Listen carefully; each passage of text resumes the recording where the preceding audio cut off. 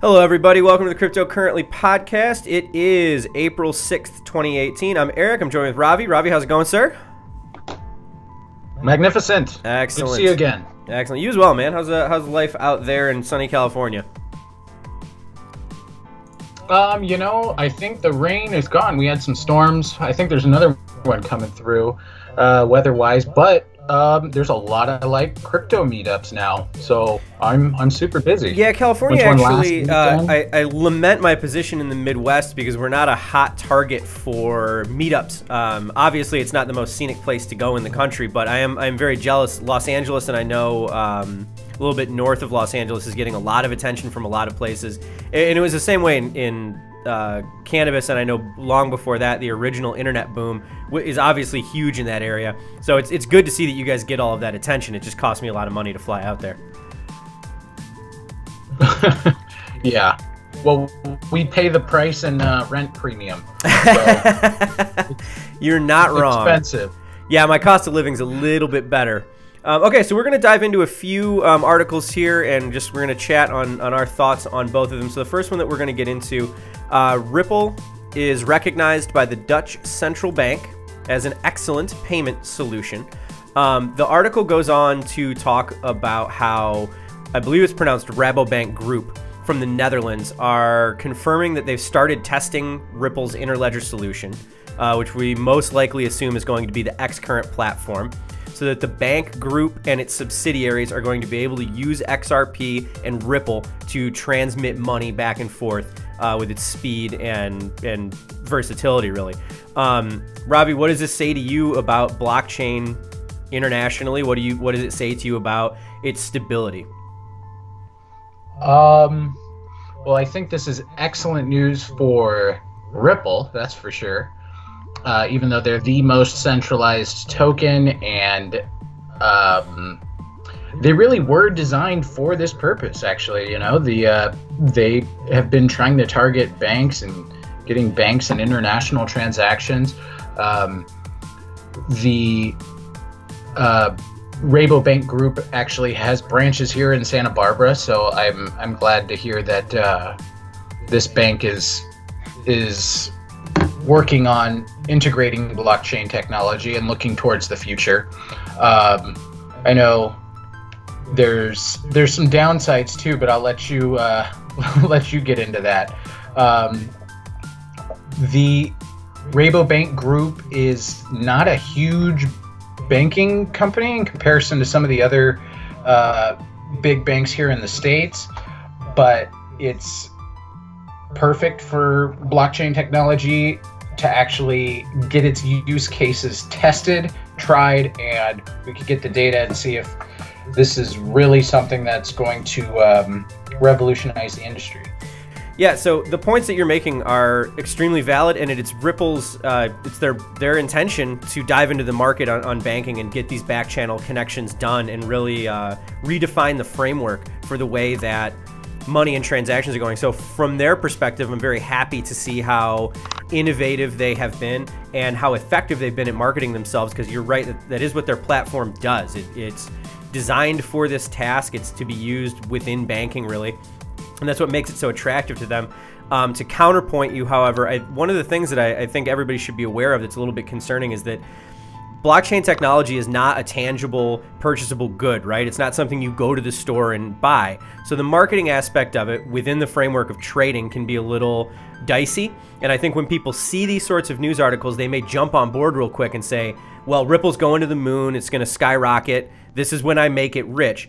And it may not be the case, because when you're developing technology like this that works behind the scenes, it's going to go unnoticed. And there will be people that don't ever know that this has been implemented. Higher security, better transaction speeds, lower costs. And they're never, ever going to know that it goes there. So it can be dangerous on both sides. While I'm happy to see that they're moving forward with this, I just think people need to be careful when they're diving into the markets again, especially now that the markets are a little bit lower. Sure.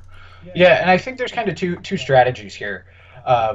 When examining or looking at Ripple, if you look at Ripple kind of in the short term and their development, in this new technology, as their application grows and banks adopt it and they're able to operate more efficiently, that's great.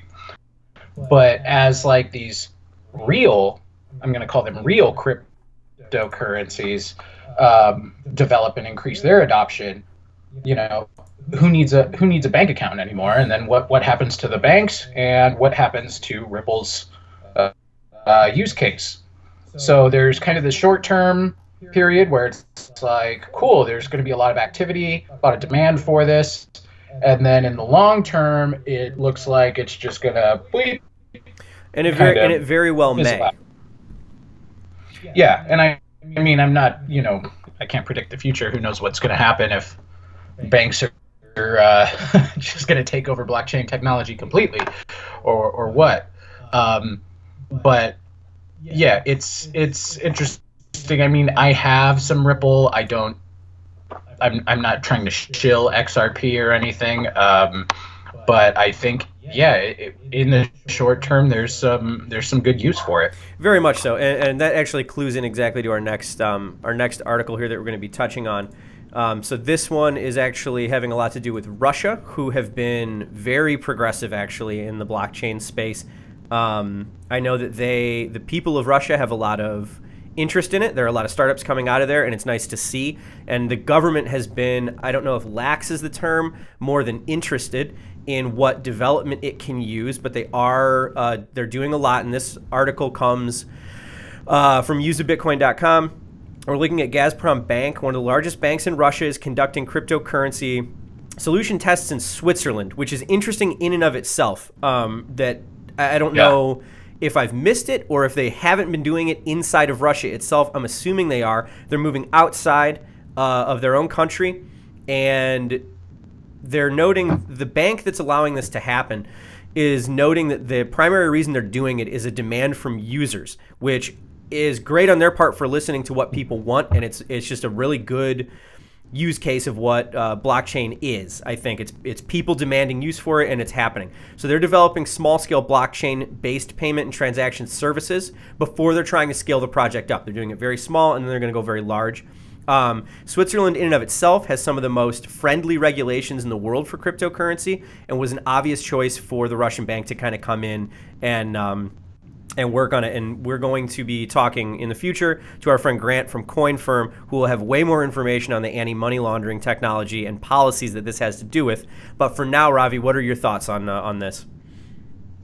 Well, the place in Switzerland, Crypto Valley, which I don't know how to pronounce the city's name. It's just Z-U-G, but I don't know if it's Zug or Zug or I'm out on that one, man. Pass.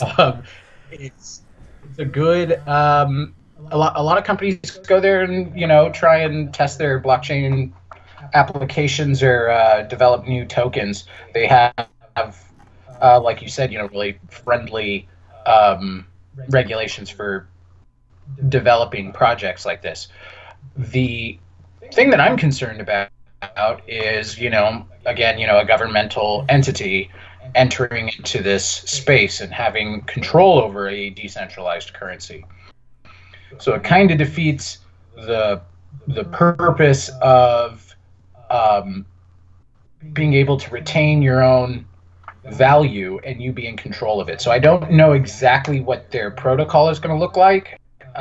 If this is going to be something that's pre-mined and they actually have control over the blockchain, but who knows? I am excited to see what comes next and like exactly what this project is going to look like, what their uses are going to be, and all the functions. It's the thing that really is an issue for me, to be completely honest with you, is that we're seeing it out of Russia moving into Switzerland as opposed to, say, the United States moving into Canada. Granted that we're both residents of the United States, and it impacts us more when we fall behind on these sorts of things.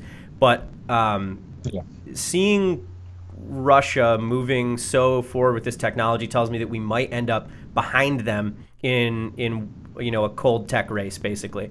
And that concerns me. I don't know if the United States has back channel work that they're getting done that we're unaware of, but if Russia is going to be the one that champions this stuff in the end of it, it puts us at a little bit of a disadvantage when the technology comes to code breaking and stuff.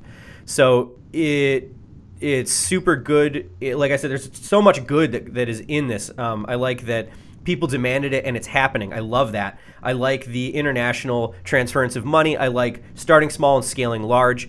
It does concern me a little bit, though, that the United States does not seem to be as interested in doing this governmentally as other countries are willing to do it.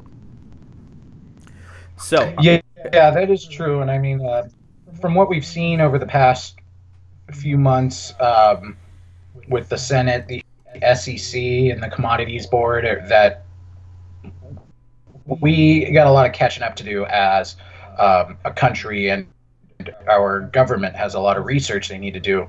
They need to figure out, they need to hire some more technologists who understand this and can get in there and start training some of the employees in the government. So we do have a lot of catching up to do.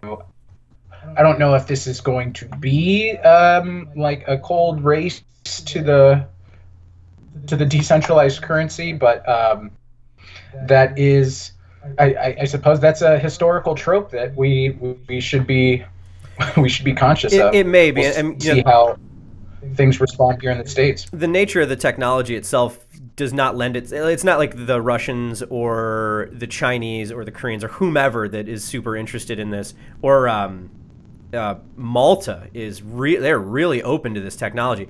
It's not that they're going to own it and that nobody else will be able to use it, but by the very nature of its cryptography, its difficulty in being cracked, the security and the decentralized nature of it, if they start making breakthroughs first, that's generally not something that America has been a huge fan of historically. So it's an interesting thing to see moving forward. So that's actually the second article, and our third and final for the day. We are going to be talking about how IBM is quote unquote finally getting serious about cryptocurrency. What this article is actually talking about is that they have been meeting with executives from commodities trading platforms, large corporations, and they're looking for demand for digital asset issuance. They're coming from Jesse Lund, who is the cryptocurrency development strategist. And he said that they want to expand their business applications for cryptocurrency and that he's already met with 20 central banks exploring the concept in the last year. So what we were talking about earlier with Russia moving into Switzerland and stuff, while our government may not be doing it, there are certainly big companies that are interested in this technology and its applications. And if it has to be done in the public sector as opposed to the private, then that's how we're going to do it in free market and all that stuff that we like championing and screaming with bald eagles and shotguns and stuff.